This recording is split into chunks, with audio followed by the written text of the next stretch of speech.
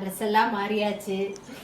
சாப்பிட்டு முடிச்சதும் லாஸ்டா என்னோட பாயசத்துல லாஸ்ட் ஸ்கூப் இப்படி எடுத்ததும் ஒரு ஆள் அழுவ ஸ்டார்ட் ஆயிடுச்சு.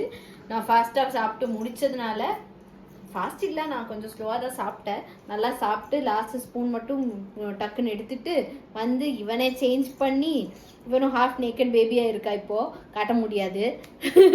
நானும் சேஞ்ச் பண்ணி அவனுக்கு ஃபீடெல்லாம் பண்ணி நாங்கள் வந்துட்டு ரெஸ்ட் எடுக்க போகிறோம். அவினாஷ் வந்துட்டு அந்த காஸ்டியூமில் தான் இருக்காரு, ஆனால் வந்துட்டு கொஞ்சம் வித்தியாசமாக இருக்காரு, டயர்டாகி. ஸோ நாங்கள் எல்லாருமே சாப்பிட்டு முடிச்சாச்சு.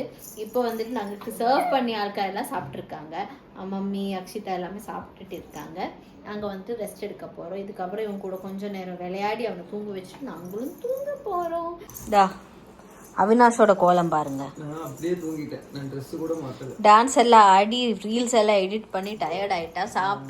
சாப்பிட்டுட்டு இருக்கும்போதா ரீல்ஸும் அப்லோட் பண்ணாவன் இல்லையா? பூ போஸ்டிட்டோ பூ போஸ்ட் போட்டு எல்லாமே போட்டு அவன் வந்துட்டு டயர்ட் ஆயிருக்கா.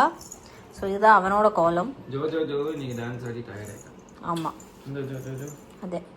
ജോജോയ്ക്ക് അതുകൊണ്ട് എക്സ്ട്രാ പാല് വേണം ഇന്ന്, അല്ലേ ജോജോ?